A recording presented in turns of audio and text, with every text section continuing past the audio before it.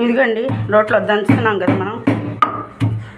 మిరగాయలు మెదిగాక మనం వేయించుకున్న పచ్చెనపప్పు, వేరుశనగుళ్ళు, జీలకర్ర, మిరపగుళ్ళు అన్నీ అవి కూడా వేసి మెత్తగా దంచామండి. ఇప్పుడు మనం ఇవి పక్కన పెట్టుకుందాం.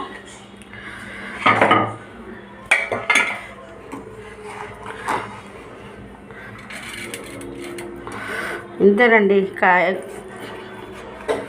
కందిపప్పు పొడి, మినపప్పు పొడి, అవిసె గింజల పొడి ఒక్కొక్కటి చేసుకొని పెట్టుకుంటే మనం ఇప్పుడు కరివేపాకు దంచుకుందాం. మనం నూనెలో వేయించి ఆరబెట్టాక ఊరికి నలిగిపోతుందండి, గలగల అంట.